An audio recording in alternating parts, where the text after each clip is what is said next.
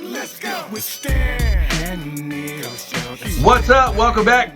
Time for another edition of the Stan and Neil Show, episode 39. Neil, it feels like it's been a while. How you been? It has been a while. It has been a while. We've both been busy. You went to the French Open, man. That's so cool. How was it?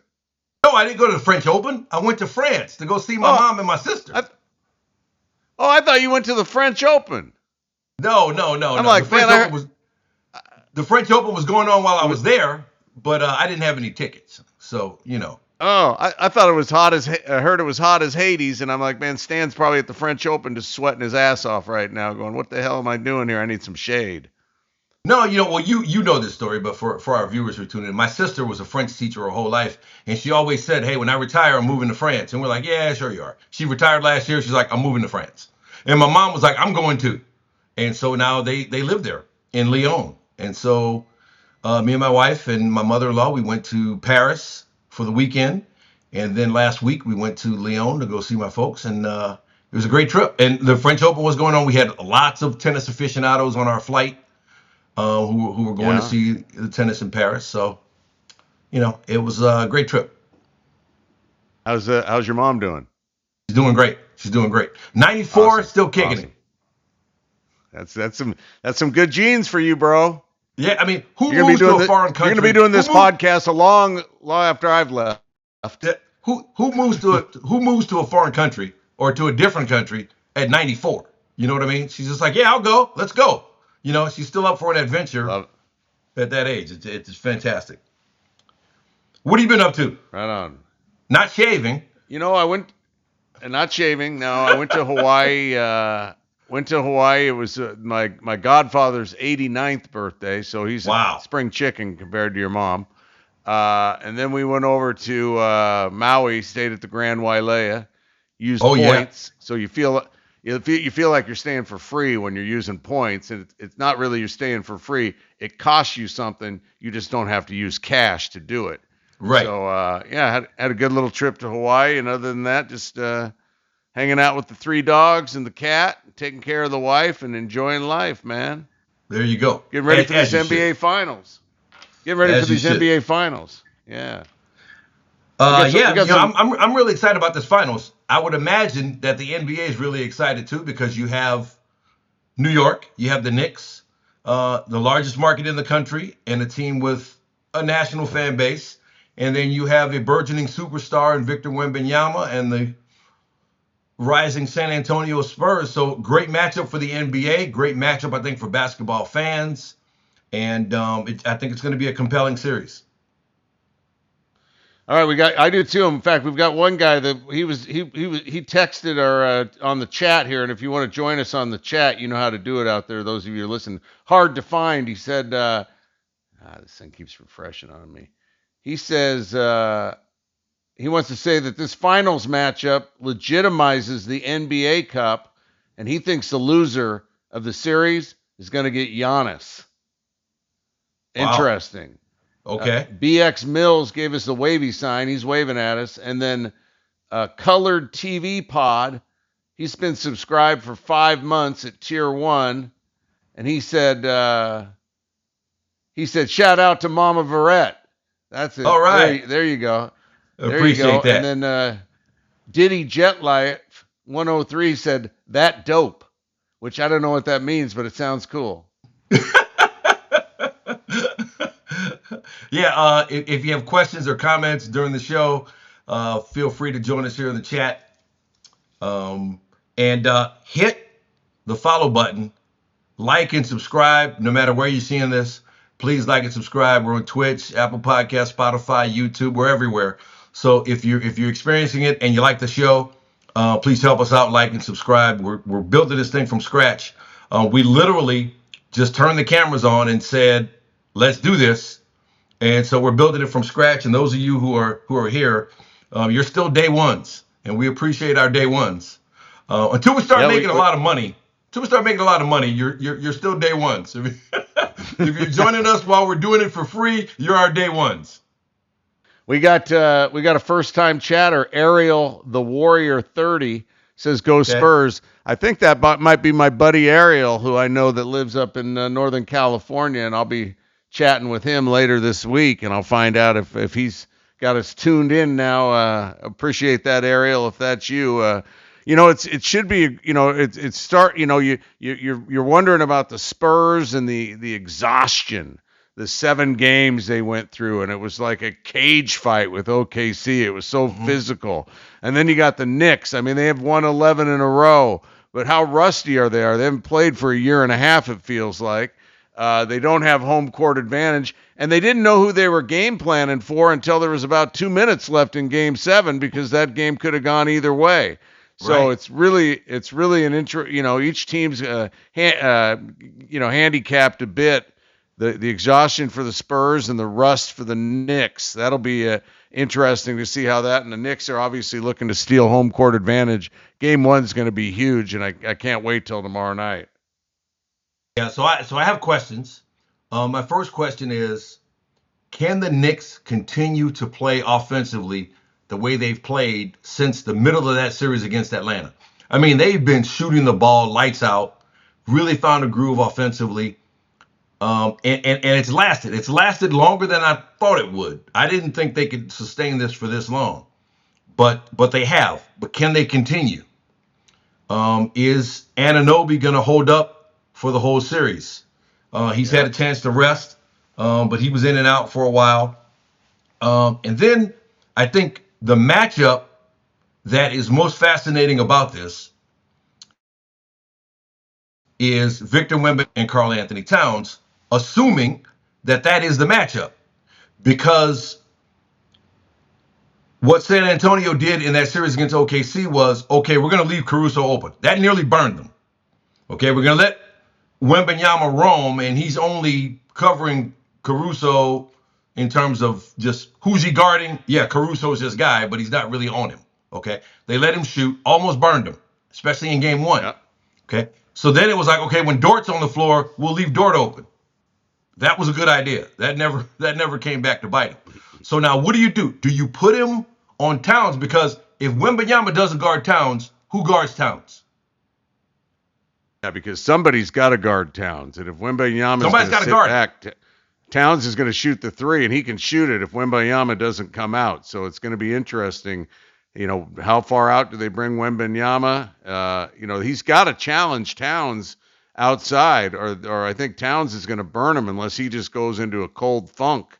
So yeah, I think that's they're going to try and obviously get the ball out of Brunson's hands, but how are they going to take care of Cat? I think that's the biggest question.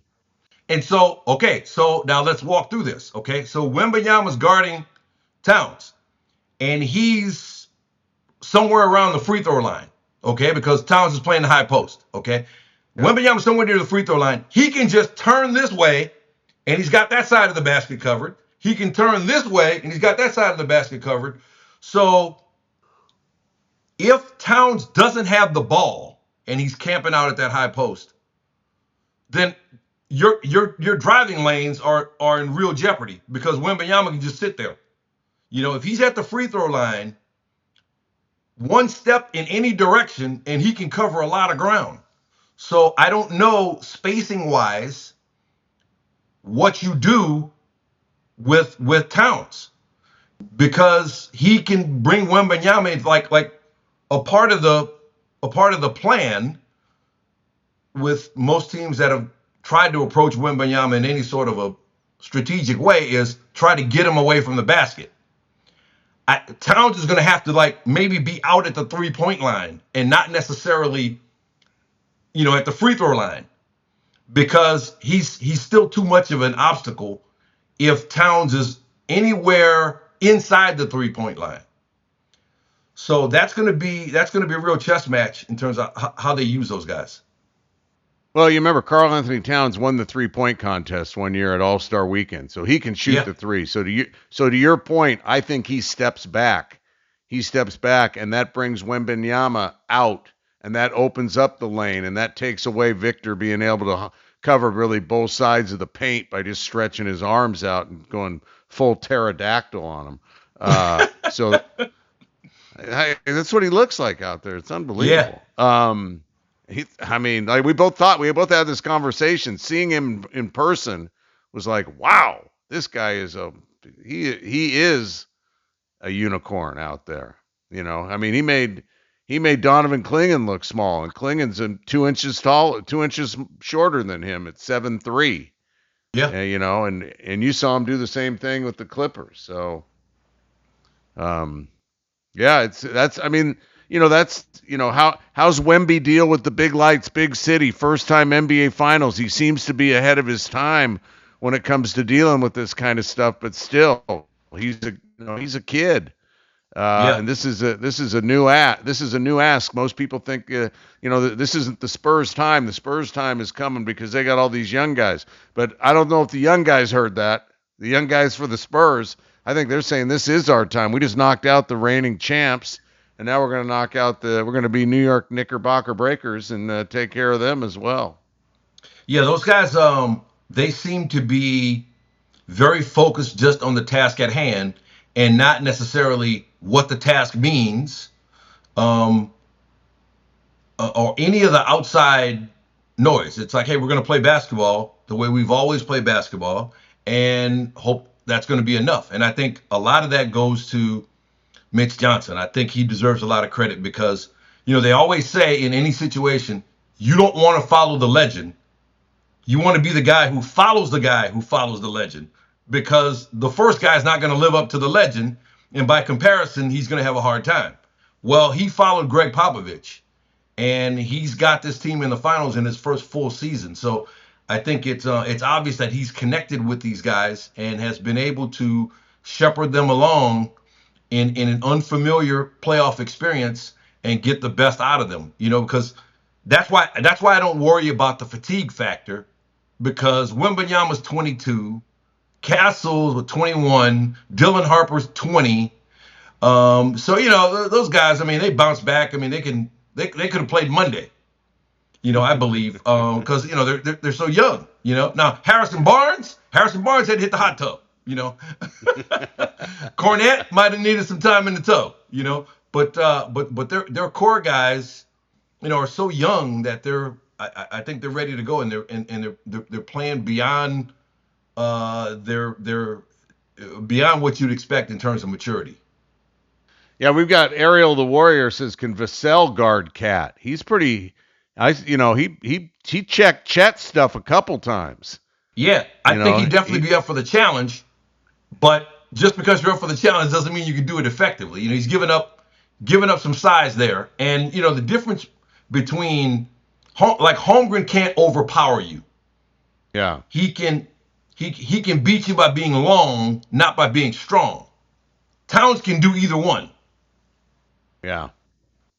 So he's got a little bit more thickness to him than Holmgren does. So that's going to be really interesting. And then Brunson. So now, what do you do with Brunson on defense? I mean, the obvious answer is he's going to guard De'Aaron Fox. Can he stay with De'Aaron Fox defensively? De'Aaron Fox isn't 100%. I guess nobody is this late in the season, but he hasn't been probably playing up to the standard or as well as he'd like. He had a spate there where he'd missed like 10 in a row. Then he but he was getting his shots. They were all good shots. He wasn't forcing it. They weren't just going in. And he's a guy that's waited a long time. He's a veteran. He's waited a long time for this. So I think it's the other side of the coin. Are they going to be able to get the ball out of Brunson's hands by running somebody else at him?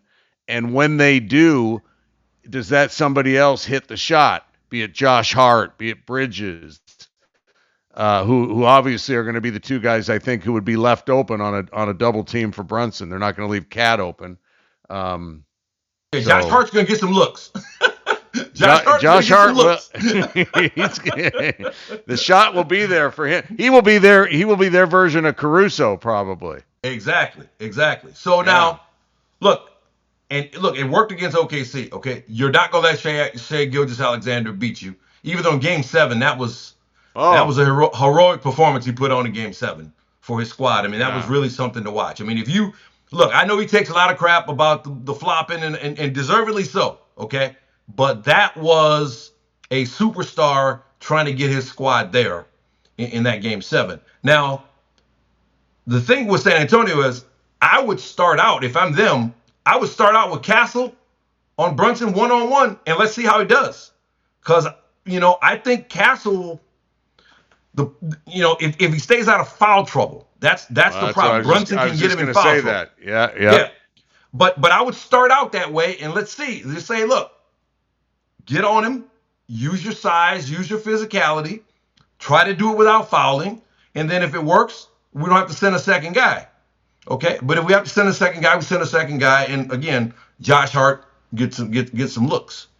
So we'll see, but it's going to be an interesting chess match between these two teams.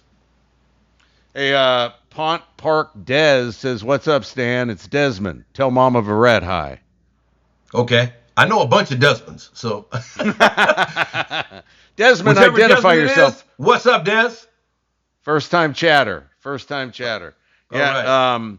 The other thing is, the Knicks had by far the easier road to get here. When you look at Atlanta, banged up Philly, overrated Cleveland. Mm-hmm. San Antonio, Portland, Minnesota, Oklahoma City. So San Antonio has ridden the rougher road to get here, and you wonder if that's going to catch up. But then again, as you said, they're all young, and they could have played on Monday. So and they do have the home court. Yep. And look, I want to say this about going back to OKC for a second, because I think people are kind of, this whole changing of the guard and the Spurs have arrived. Look, I believe that's true. And they won game 7. And look, I love Victor Wembanyama. He's just a absolute delight to watch. If you like seeing greatness and seeing things you've never seen before. I mean, he's fantastic to watch. I love Steph Castle's game. The Spurs all seem like they're just really a likable team and, pedigreed franchise, the whole thing. I'm big on San Antonio. Really like them. Okay. But this changing of the guard, I think, is a little overblown now. Okay. Because to their credit, they didn't make any excuses about not having Jalen Williams, about not having AJ Mitchell. Okay. But the fact remains, they didn't have Jalen Williams and they didn't have AJ Mitchell. Okay, so that's I believe their second and fourth leading scorers. Okay, so now as far as the series in game 7 goes, you're right. No excuses. Next man up. You got to win with whoever's out there. I get it. All that's true. Okay, but going into next season, to think that OKC somehow is so damaged that now they're some kind of second tier franchise and San Antonio's conquered them, never to rise again. No. It's not that simple. Because when Jalen Williams comes back and AJ Mitchell's back, OKC's right there again. Because the Spurs had a much easier time defensively saying, we're going to take Shai Gilgeous-Alexander out of it. And, Caruso had a great game, one game, and, Holmgren didn't show up. I mean, Jared McCain played as well as you could expect him to play. I mean, but they were scrambling to try to find offense outside of Gilgeous-Alexander. Okay, that would not have been the case with AJ Mitchell and with Jalen Williams on the floor, because you need two guys to guard them who are not going to be available to guard other guys. Who are not going to be available to work off Shai Gilgeous-Alexander, to double team Shai Gilgeous-Alexander and leave those guys wide open. So this whole thing about, look, San Antonio's here and they're real, okay?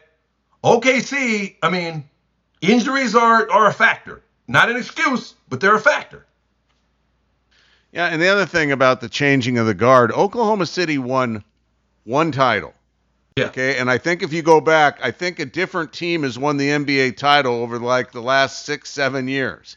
Mm-hmm. So there is no guard. Right. They're just the reigning champions. And they may be back next year. Hell, you never know. Boston may be back next year. Minnesota may be there next year. So yeah. It's not like we've got everybody was this Oklahoma City team's going to be a dynasty. After they'd won one title. Yeah, on paper they look great, but to your point and to how it played out, they had two significant guys missing. And and if the Spurs had lost Wembanyama and they didn't advance, and let's say this was Minnesota, would it be changing of the guard because Minnesota's got Anthony Edwards? No, it'd be like, right. Hey, keep an eye on San Antonio next year because with a healthy Wembanyama, they'll be back. Keep an eye on Oklahoma City next year because with a healthy Jay Williams and Mitchell, they'll be back. Yeah. And the other thing is, I mean, Chet Holmgren did a disappearing act in Game 7. I mean, I think Wemby was in his head. 100%. And if I was that big and I ran into a guy that's that much bigger and better than me, he'd probably be in my head too. But the fact of the matter is, Chet Holmgren's a great player, had a great season, third team All-NBA. They won the title last year with Chet Holmgren. Right. And but this year they didn't because of Chet Holmgren.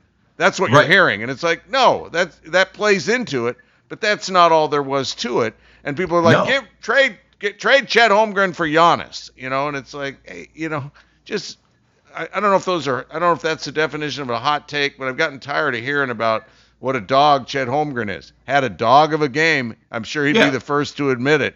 But even Shea Gilgeous said afterwards, hey, man, we're not here. Coach said it too. We're not here without Chet. So absolutely. We did not win because of Chet. Chet had a horrible game. We didn't win. And you have a guy, a generational talent, maybe once in a lifetime talent in Victor Wembanyama, who's kind of got a thing about Holmgren. Dating back to that under 18 Olympics or whatever it was, the national team, the U.S. team against the French team and all that. And then, the defensive player of the year battle and the fact that he's a teammate of the guy who won MVP when Wembanyama, might have deserved it. So he's got a thing for Holmgren. So when you got a guy that talented who decides, I'm coming for you, I mean, look, that's a problem for whoever it is, So you gotta understand that part of it too. But the cupboard is far from bare in Oklahoma City. I mean, and there are people speculating they may try to package some of the million picks they have to get Mara, the 7'5" guy from Michigan.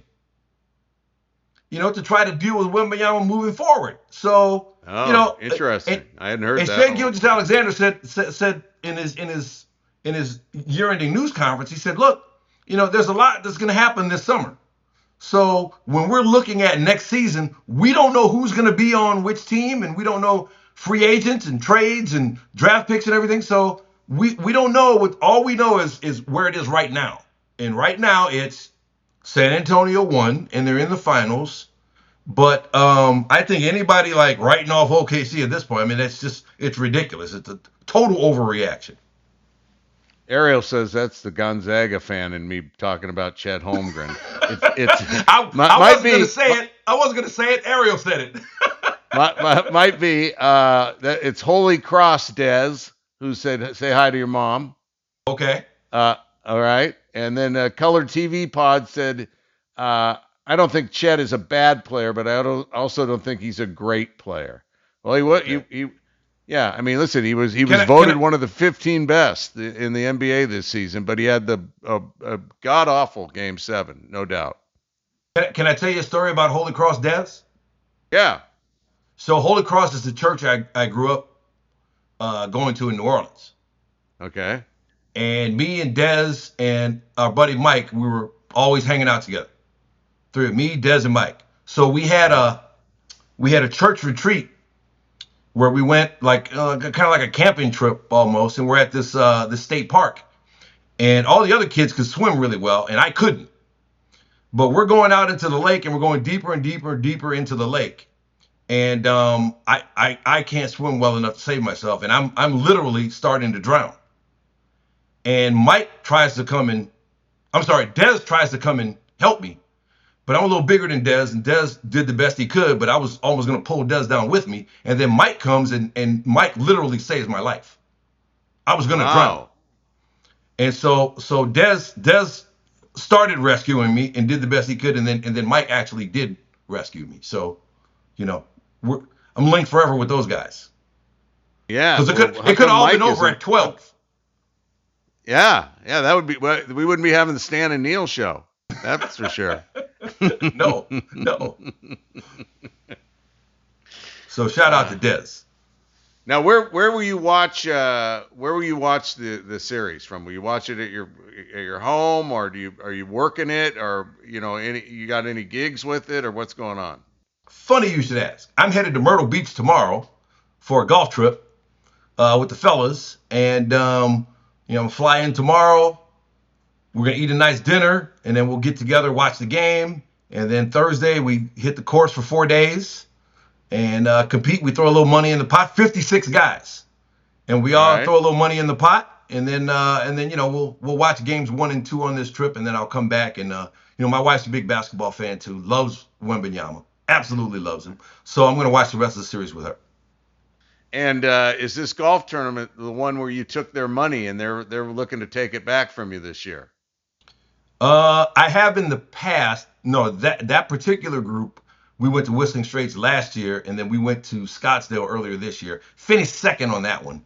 Was not focused on the last day the way I needed to be, but I'm taking that energy from not being focused the last time, into but it's a different group. There's some players in this group. I mean, we got 56 guys, and I'd say 5 or 6 of them are low single digits. So. Okay. But it's handicapped, so it's fair. So I just got to play to my number. I'm a legit 11, and I got to play to my number, and then they got to play to their number. And it's much harder, I think, when you're a low single digit handicap to play to your number. But anyway, so it's basketball and golf and some good food. How difficult do you think it is to play basketball with a broken pinky? When your team's counting on you to throw some muscle at Wembanyama and get some rebounds and be a rim protector? That's the Mitchell Robinson story that we haven't touched on for the Knicks yet. Damian Woody was on the other day on X, and he said, "Hey man, broken pinky, and you're not gonna play in the finals?" He's like, "I had a broken hand in training camp when I was in the NFL, and I didn't miss a game." So I don't know if Mitchell Robinson heard all the jokes about being a guy who's 7 feet tall and not playing in the NBA Finals because of your pinky. But I don't know if that shamed him into wrapping it up and getting out there. But, he's going to give it a go. New Orleans guy, too, Mitchell Robinson. Okay. Chalmette High School in New Orleans. Shout out to them. But, yeah, he's another big body to deal with Wembanyama. Hartenstein did a good job, I thought, on just kind of roughing him up. Tenderizing him a little bit. My theory on playing Wembanyama is you got to make him play strong and not just long. And Hartenstein even if you just bug him, just kind of, rough him up a little bit and bug him, even if it's not particularly effective in terms of blocking shots or anything like that. You just give him something else to deal with. And Mitchell Robinson can do that. Yeah, the Knicks probably wish they still had Hartenstein on their roster and hadn't let him go to Oklahoma City because they didn't want to pay him. And the Knicks don't have a lot of depth in the bigs after Cat and Robinson. So I would think, and listen, he's not expected to score anyway. You play, 15, 20 minutes at the most, but he's got 6 fouls to give.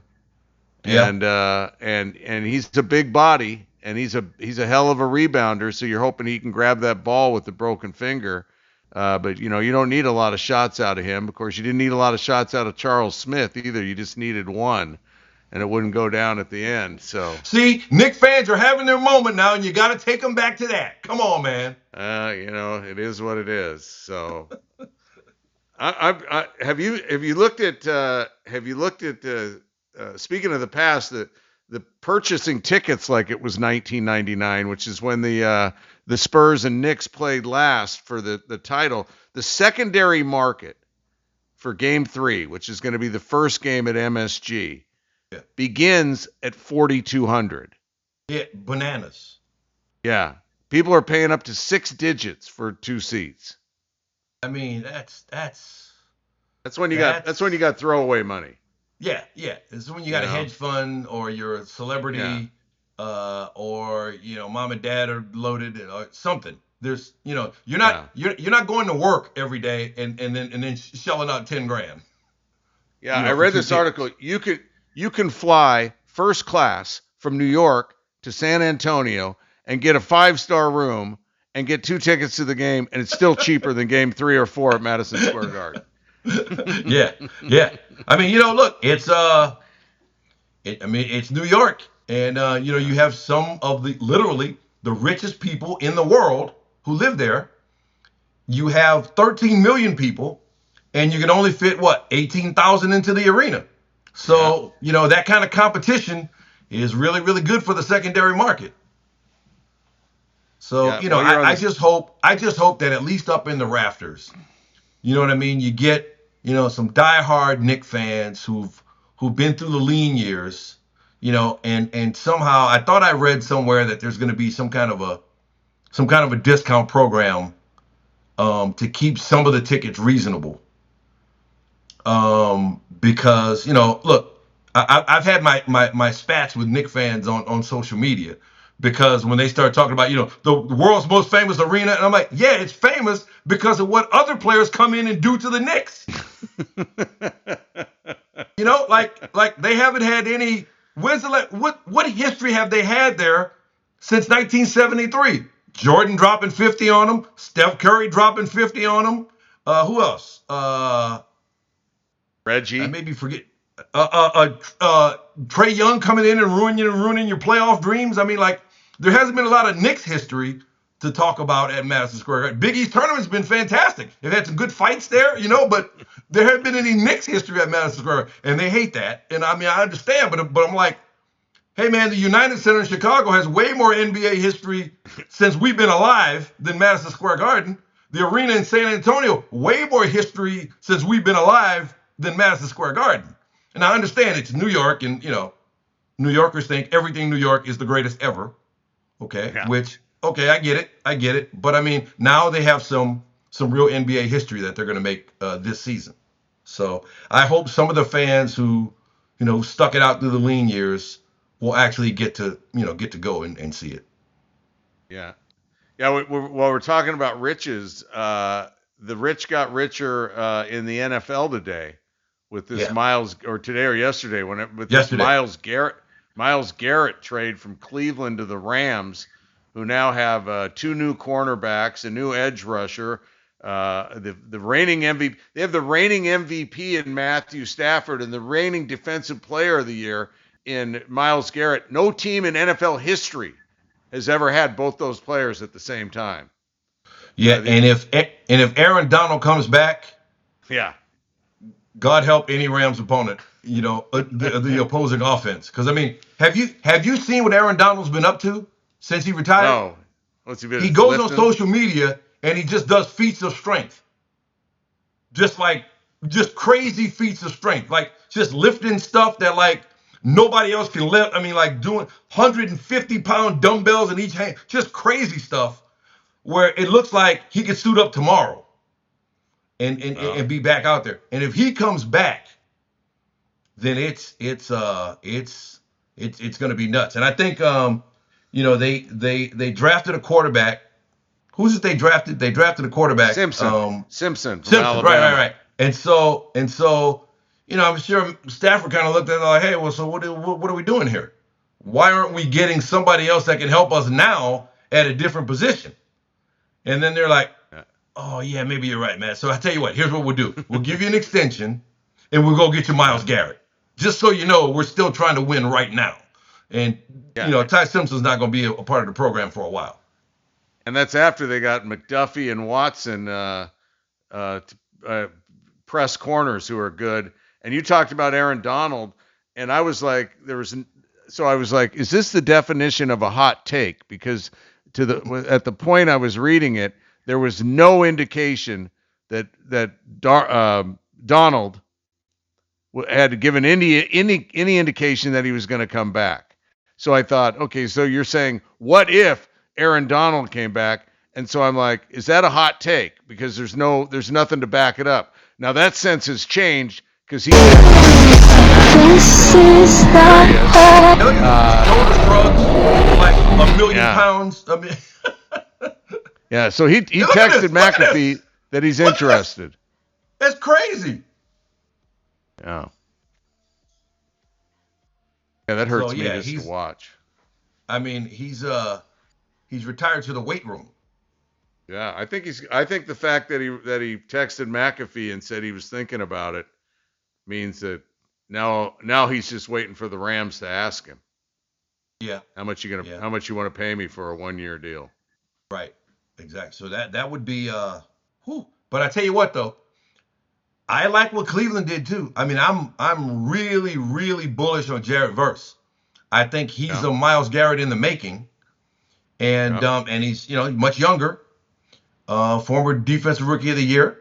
And you look at what Cleveland's doing, they've got some flexibility now with draft picks where they're going to have this training camp battle with Deshaun Watson and Shedeur Sanders and Dylan Gabriel too, right? As far as I know, he's still with the team. But you figure it's going to be Watson or Sanders, you would think. And so if one of those guys emerges as, I mean, I hate the term franchise quarterback because I just think it's a dumb term, because it's like, are you a quarterback? Yes. Do you play for a franchise? Yeah. Okay, you're a franchise quarterback. I like more specific, established starter, top tier starter. Like, let's be more precise with the language here. A top tier starter. Okay. So if you think that Watson or Sanders is a top tier starter, then okay, you got that solved.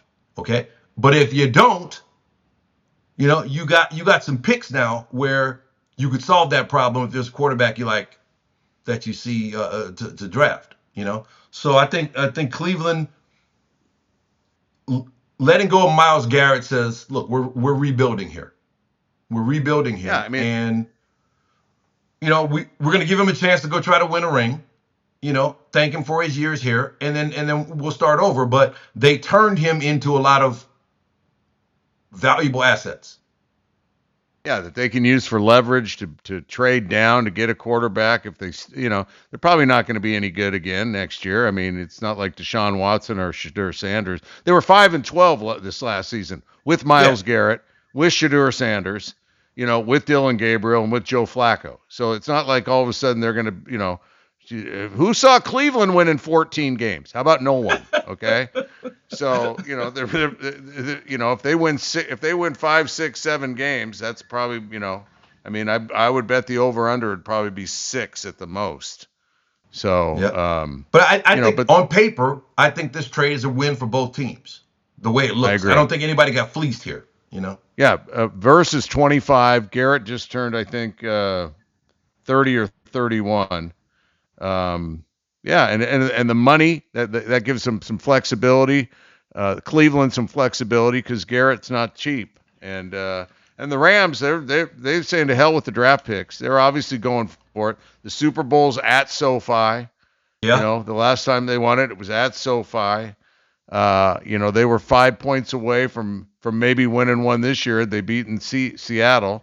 And Seattle goes on to beat the Patriots, and had that been the Rams against the Patriots, the Rams would have beat the Patriots. So yeah. And speaking of the Patriots, so now they got A.J. Brown. What do you think of that? Well, I tell you what, he wanted the ball more than he was getting it in Philly, and now I'm a big believer in what they're trying to do in New England. I mean, obviously everybody is now after they go to the Super Bowl, but they got a number one receiver now. I mean, they had Stephon Diggs, and Diggs is a good player, but he's not A.J. Brown. No, and his best days are behind him. Yeah. So look, fresh start for A.J. Brown. Philly now. I mean, they've made it work. They've made it work with what they have. Okay, but that's a good guy to know that you have when you need him. He wanted to be there, not just when, oh my God, A.J. Brown's complaining about getting the ball. Okay, let's pump it to him 12 times the next game. He wanted to just be the go-to guy all the time.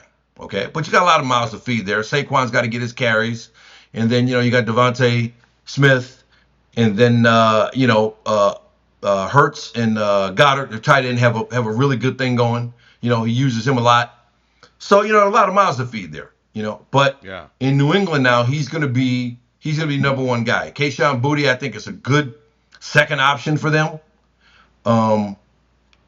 But I think again, this is a.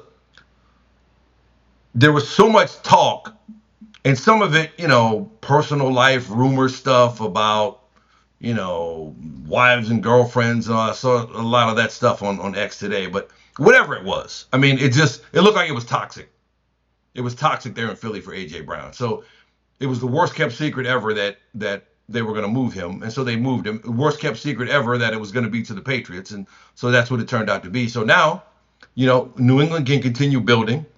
And Philly now, let's see what they do. I mean, that offense, I think Kellen Moore was a big loss in terms of their offense. I think he got the best out of Jalen Hurts in a way that they didn't last year. So we'll see. I mean, now I think the onus is a little bit more on Jalen Hurts to produce now. And the irony of it is that it's on him to produce more now without, I think, one of the guys who could really, really help him produce more. Yep. So we'll see. But I think things got a lot more interesting for the Eagles offense through subtraction. And it got more interesting for the Patriots offense by addition. Yeah, Holmes times 5 mentioning the NFC West is brutal. Dig you, Holmes. And then Mark Sue 7 says if the Rams don't win at all, he's a first-time chatter. How much of a disappointment is it? Well, yeah, it's Super Bowl or bust for the Rams. But back to the Patriots, who played in the Super Bowl last season. The guy who's really sleeping better tonight, Stan, is Drake May. Yes, he can throw the deep ball. And now he's got somebody who can chase down his deep ball in A.J. Brown. So and Brown has a relationship with Vrabel because Vrabel drafted him out of out of Mississippi, went to Tennessee when Vrabel was the coach at Tennessee. So they go way back. So they go back. A.J. Brown and Vrabel. A lot of people's relationships with Vrabel in the news. Boom. Where's Judson? He's got to throw the flag on you right now. I'm sorry. This is one of those situations where you take the foul. You just take the foul there. Right. You can't resist. Just take the foul there and keep the game moving. What do you think about Russell Wilson and taking Matt Ryan's place at CBS? So, my thought with analysts is always the same. Can you help us see the game the way you see it? Because that's what you want out of an analyst. And some guys who could play the game at a really high level, it didn't translate. They can't communicate it in a way that helps you see why they were so successful. They could do it, and they could obviously process it themselves, but they can't communicate it to an audience what they were processing in a way that the audience can understand it. And the best analysts always do that. Like Tim Legler, I'm so glad. And I sent Tim a text. I said, I'm so glad that you're finally in the chair where you belonged for a long time. Yeah, we said it for years, didn't we? Yeah, both of us. It's like whenever he was on the show, we'd be like, man, Tim's great at this. Yeah, he's the best. He helps you see things that you just wouldn't see otherwise watching the game through his eyes. And so the best analysts, that's what they do. And so can Russell Wilson do that? Now we know he knows it. Won a Super Bowl as a quarterback, played for a bunch of different teams, knows a lot of guys around the league. There's some people who kind of try to position him as corny or whatever, but I don't know if that's fair, and I don't know how he will come across on television, but I've had some limited interaction with him. He's a very likable guy, great name recognition. So on paper, you look at it and you say, wow, it looks like a great hire. And you would assume that, CBS did some screening to see how he could actually perform in the job, and they feel good about it. But until the light comes on, you don't know. But it looks like a good hire. Yeah, does he have crossover appeal? Is his marriage to the singer, what's her name, Ciara? Ciara, yeah. Yeah. Does that give him crossover appeal, or are those apples and oranges? No, I think to a limited degree. I mean, Ciara's not the star that she once was. I mean, she had a good run in the early 2000s, mid to late mid 2000s up to 2010 maybe, I think it was. So I mean, she doesn't have hits now. She's got a catalog, but she doesn't have hits now. But still, Okay. it's a glamorous. They're a glamorous couple, and they're at the Met Gala, and they're in all the places where famous people are. They have that, and so yeah, there are people who know him as Ciara's husband who aren't necessarily football fans. Right. Just like there are Ciara fans. I mean, there are Russell Wilson fans who are like, yeah, he's married to this singer. I don't really know much about. You know what I mean? So it kind of works both ways. It doesn't hurt. Doesn't hurt. No. Yeah. What do you think? I guess he was quarterback your team. Well, I mean, I root for the Seahawks, but I don't lose sleep except when they throw an interception on the 1 yard line against the Patriots. But that's a whole nother story. Yeah, I liked Russell Wilson because his backstory was so good. He was a real, if you knew his backstory, and I can't remember the specifics of it right now, but I remember when reading about it, and it had to do with tragedy and pulling yourself back up by the bootstraps and getting on with it. And I really admired him from that point of view. I'm pretty sure he beat us in a Rose Bowl though, Wisconsin over Oregon. The memory, I blame the longboard loggers for that. But yeah, I read something, and this isn't nice, but I read it, that I guess he recently did a gig with the Savannah Bananas. Yeah. The Globetrotters of baseball, so to speak. Yeah. Uh-huh. And they said they were apparently the texts or the emails or the tweets or whatever, that he had a dad bod going, that he was on the Prince Fielder diet. Somebody said he looked like baseball's version of Raymond Felton. Wow. And then the last was Russ been cooking. And so apparently he's ready. He's ready for the anchor desk. He's ready to be under the anchor desk, but more than under center. But I've always rooted for him because he seemed like a solid human being, and that's more important than anything else to me. Yeah, he comes from just a fantastic family. I mean, the accomplishments in his grandfather, Harrison B. Wilson, former college president at Norfolk State University. His aunt, April Wilson, was a TV news reporter and hosted can't remember, I think it was Inside Edition. And then his uncle is a partner at a law firm, Harvard law grad. I mean, he comes from a really accomplished family. Yeah. And easy guy to root for. Yeah, absolutely. Personal decision to introduce the president. Jaxson Dart said, "I'm going to do it." I think professionally he whiffed by not telling the Giants he was going to do it.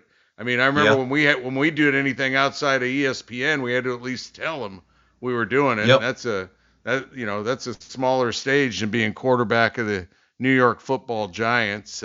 He said it was too cool of an opportunity to pass up.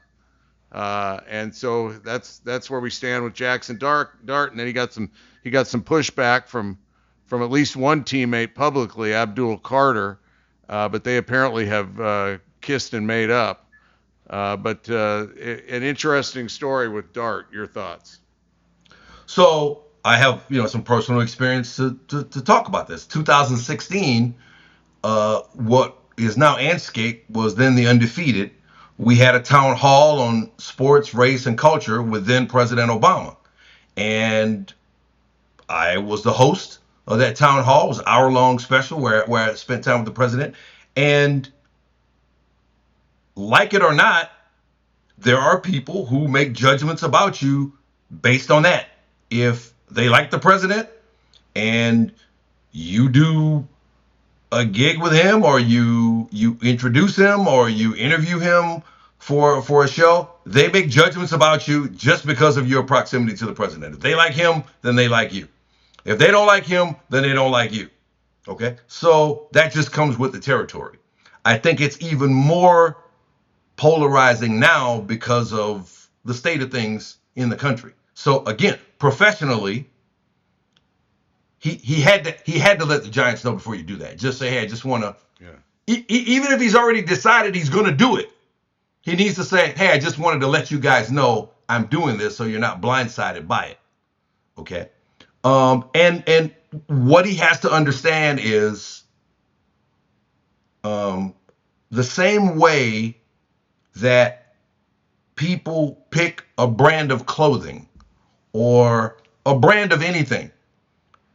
If you're wearing a certain designer, it may not be because of necessarily the quality of the shirt. It's, hey, I want to be associated with this brand because it's stylish or it's glamorous or it's whatever. And so you pay way more money than the shirt may be worth because of what you believe it says about you, being affiliated with that brand. Well, political candidates are brands in themselves. And so if you're going to be affiliated with a particular brand, you have to have an understanding about what it's going to say about you. And so I don't think Jaxson Dart made that calculation, that this is going to say whatever it says about him. And a lot of that's going to be based on your own personal politics. When you look at it, whatever it says about him, it's going to say something about him because that's just the nature of things. And so he's got to know that. And so then Abdul Carter comes out and he makes him, what are we doing? Yada, yada, yada. Basically revealing to the public that he's not a Trump supporter. Okay. Jaxson Dart is, maybe, or maybe not. Maybe just introduced him. Who knows? Okay. But athletes have to be aware. Everybody, celebrities, athletes, us, everybody has to be aware that if you are going to even make that appearance, as innocuous as it may be, you may just introduce him, not necessarily show support. You're just introducing him to speak. There are going to be judgments made about you based on that candidate's brand. And if that brand is unsavory in a lot of people's eyes, that's going to transfer onto you. So, it's just kind of becomes with the territory. Yeah, he said his intentions were patriotic, not political. But to your point, people are going to read what they're going to read into it, and you've got to let your employer know, hey, I'm doing this, and I think if I read correctly, I didn't see it. He tried to then get the crowd to do a Giants chant. So now he's taken his employer's name and force feeding it on a group right there. And I don't know. It just what is it? Politics makes for strange bedfellows. Is that what the old saying was? I think so. That sounds good. And then, one other thing is that, like, in our current climate, okay, you are going to have to work with some people who may view things drastically differently than you do, okay, politically, okay? And to make it even worse, they may believe those things because they've been propagandized into believing them, and those things may not even be true. They may be the product of propaganda that they bought, okay? But it doesn't change the fact that you may have to work with them. You don't have to like them. You don't have to vote with them. You don't have to hang out with them. They can be totally irrelevant in your life until it comes to working together.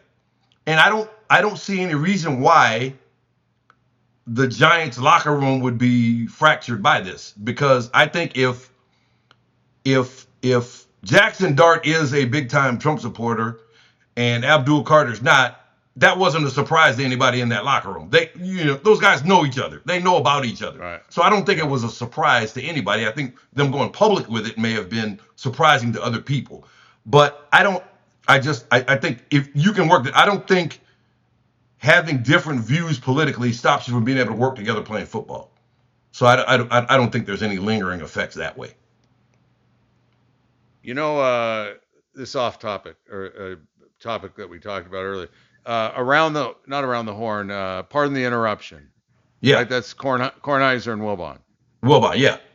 Yeah. So they had the guy. So he made his chops. That Tony Reale. He was their fact checker. That's where he started out. Right at the end. Yeah. Well, right now I'm gonna have to hand my Oregon Duck badge back because Oregon beat Russell Wilson in Wisconsin in the Rose Bowl. It was a game I was at, but you must have made a stop at the library prior to going to the game. You know what? I might have read too many books that day in Pasadena. that might be the way that goes. So Holmes times 5. They told me I had it backwards. So I appreciate them taking care of me there. I appreciate that.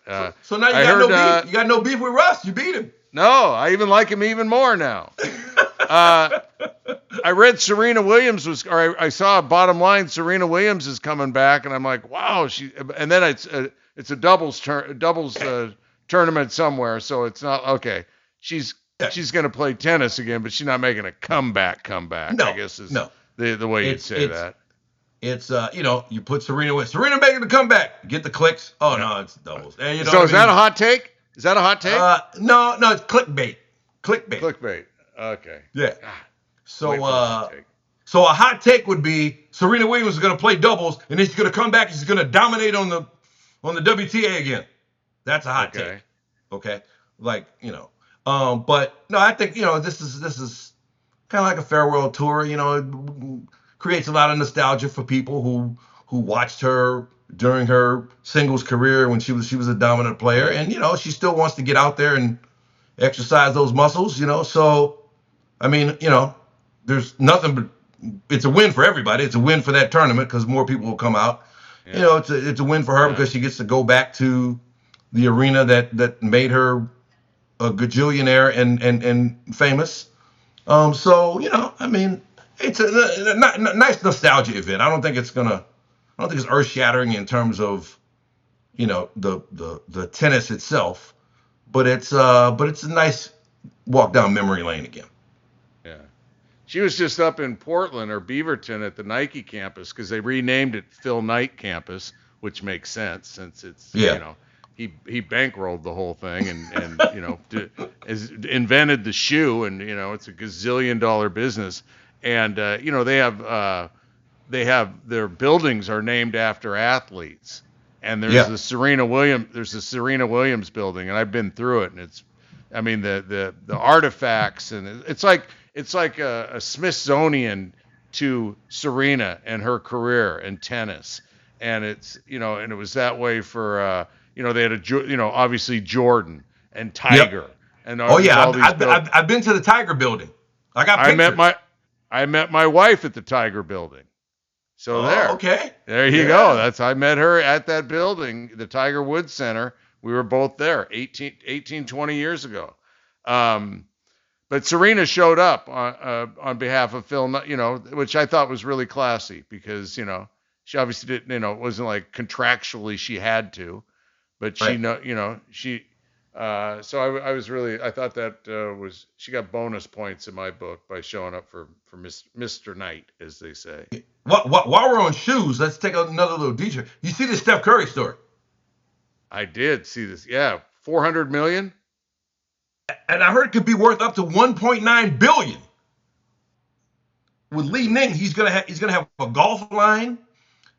His Curry 3 deal is gonna go to Li Ning now, and I mean, there's a billion people in China, so if it catches on there, it could be a win for the company more so than it is a win for Steph Curry, because if you're paying 1.9 billion, but you got multiple billions of feet to put shoes on and clothes, and then you expand into another sport, then this could be a real windfall for them. I just wonder, like, how much longer is he going to play, and how did that factor into the size of the deal? Apparently, they aren't too concerned about it because they're shelling out major cash. Now, does he get any blowback? And Dwayne Wade didn't. There's several athletes. I think Klay Thompson did. Do you get any blowback that you're signing with a Chinese company? In some quarters, I'm sure there will be, because again, there are people who are gonna use that, whether they're sincere about it or not. They know they can rile some folks up by doing it. So there's a lot of bad actors, in media spaces who they just want to rile people up, and they don't really care about anything other than just riling people up for their benefit. So I'm sure there'll be some of that. I think the word you were looking for was bad hombre. Bad hombre, yeah, okay, yeah. So there are going to be people who are gonna. But I think at this point, like where things are right now, like people are making money in so many different ways that it's kind of like it's hard to point fingers at anything. I mean, because like think about how gambling was perceived in terms of sports maybe 5 years ago.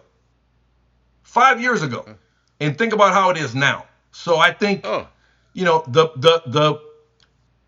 any judgment on how you make money now is going to be muted, because it's kind of like however you get your money now, just get it. You know what I mean? There's no real a lot of the concerns that used to come up don't come up anymore.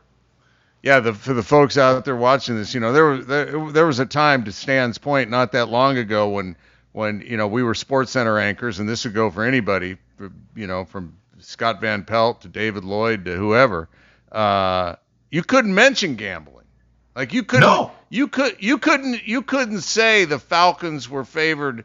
The Saints were favored by 4 over the Falcons. You couldn't do that. And when we did, like the Super Bowl, you can't get around it. You got to fix it. Yeah, but NFL, Super Bowl. Yeah, the NFL didn't want its trademarks affiliated with it. So you would have to say Philadelphia versus New England for the Pro Football Championship. Because you couldn't say Eagles, you couldn't say Patriots, or you couldn't say Super Bowl, because those are all trademarked, and they didn't want the trademarks affiliated with gambling. And now, like, all that's out the window. So, to your question about China, that's probably out of the window too. Yeah, exactly. All right, let's bring in producer Jeff. Hey, what's with the Dodger dog? What's that? I've had a Dodger dog back in the day. It took a day or two to recover. They are good. Yeah, but then they changed it. They changed the vendors a couple of years ago. But has something happened again? Well, no, I don't think it's Farmer John anymore. I think Farmer John got axed a couple of years ago. Oh, wow. Can you guys hear me, first of all? We got this is Jeff. He's in an underground bunker at an undisclosed location. This is a different type of Dodger dog. And Neil has 2 great dogs, Relish and Pickles. So I want to say, Neil, cover their ears and eyes up, because this one, they're right here too. This one's about one of the Dodgers' top prospects, Kendall George. He plays for the Tulsa Drillers, 21 years old, known for his speed. And I'll preface the video by saying, that certain teams have bat dogs, right? In the minor leagues, somebody will send their dog out, retrieve the bat on a play, bring the bat back. Well, Kendall George going to the dugout, and this happens. Oh, no. Oh, the dog. Oh, he got a crew from the dog? Yeah. ACL? Well, luckily, it's not too serious. He's going to be out for a little bit, but he did not tear his ACL or meniscus. But he did get injured. They didn't put the dog down, did they? Bat dog program suspended right now. Not too happy. So Neil, when a dog, I don't have a dog, but when a dog does something that he's not supposed to do, like how do you punish a dog, and are they aware that they're being punished? The youngest one is aware, because all you got to do is it's all tone of voice, and she'll roll over on her back and go, "I'm sorry, I'm sorry." She actually says it. I'm sorry. Oh yeah. No, yeah, we've taught her well. What are we doing? What are we doing here in this podcast? We need to be taking the dog around with a traveling show. Yeah. What do you mean? Yeah, and then Pickle's right over here. Pickle doesn't hear real well anymore, so she's ornery. She's 16. She goes after the cat. She'll go after the middle dog, and the middle dog will put her down, and then the middle dog will just look at me and go. The middle dog has like 7 teeth, so the middle dog will look at me and just go. And that's her way of saying, what was I going to do? What was I going to do? I had to put her down. She came at me. Wait, do that again. One more time, just for my entertainment. Yeah, so, and then we have the cat who just looks at you and goes, "Don't bother me. Don't look at me. Don't touch me. Just give me a bowl of food and get out of my way." See what you're missing? No, I don't. And now I've got to go feed them and walk them, because that's my full-time job now. When I'm not doing a podcast, I'm walking dogs or feeding dogs. So. All right. Good gig to have. Yeah. Because I know how you feel about your pets. We got any more chats before we go? Well, a colored TV pod is saying, "I saw this. Geez, Neil, not even in the pound, straight behind the shed." I'm not quite sure where he's coming from, but no, we are a loving dog family. Yeah, I'd never raise the hand to the dog, but I do raise my voice every now and then. Okay, all right. They get a stern talking to. They do. They're all right. Hey, all right.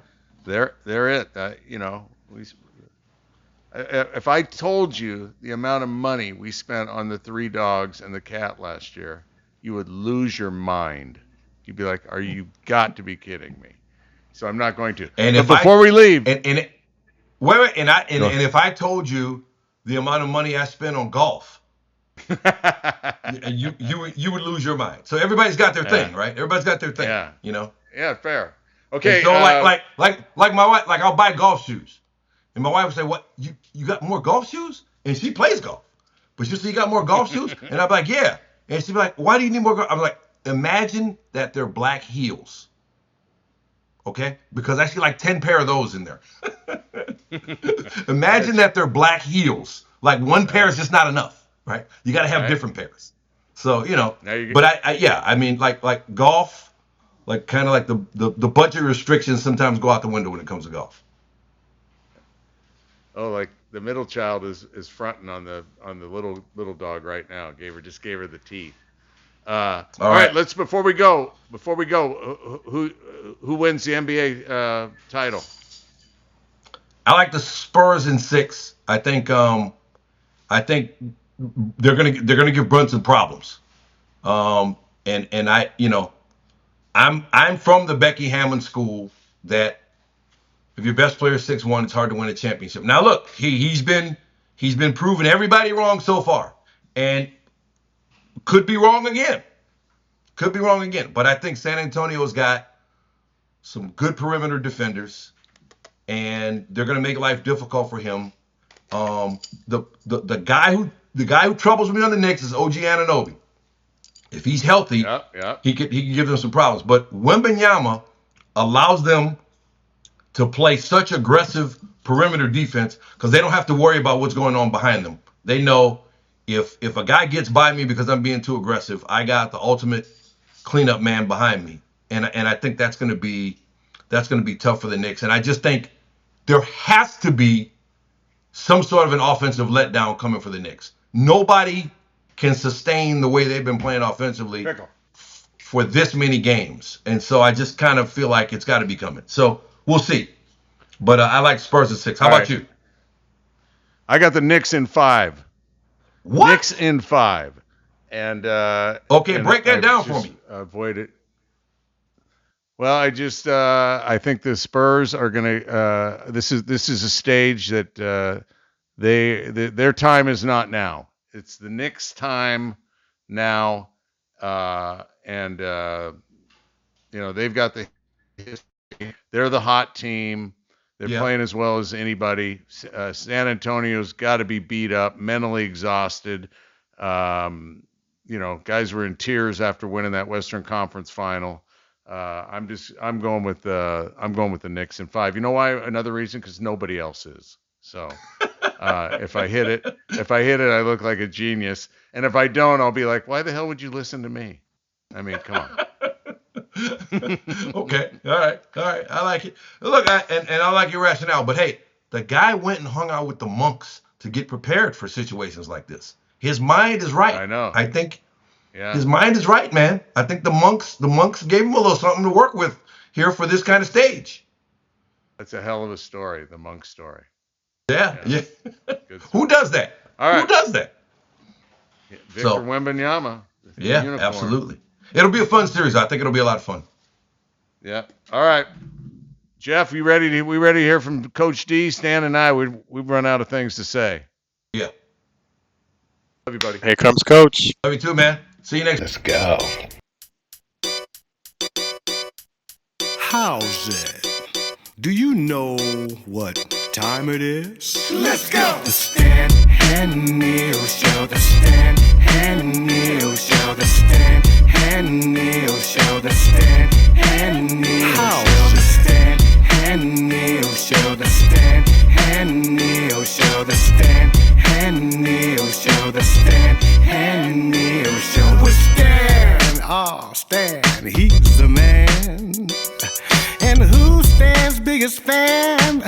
Well, it's Neil. And Neil, oh Neil, he keeps it real. And that's why Neil's the deal. Stan and Neil back together again, spreading the love with all their old friends. Let's go. Stan and Neil back together for you. Keeping it cool, cause cool's our rule. The Stan and Neil Show. The Stan and Neil Show. The Stan and Neil Show. The Stan and Neil Show. The Stan and Neil Show. The Stan and Neil Show. The Stan and Neil Show. The Stan and Neil Show. Yeah. All right, let me hear it all back. See what we got so far.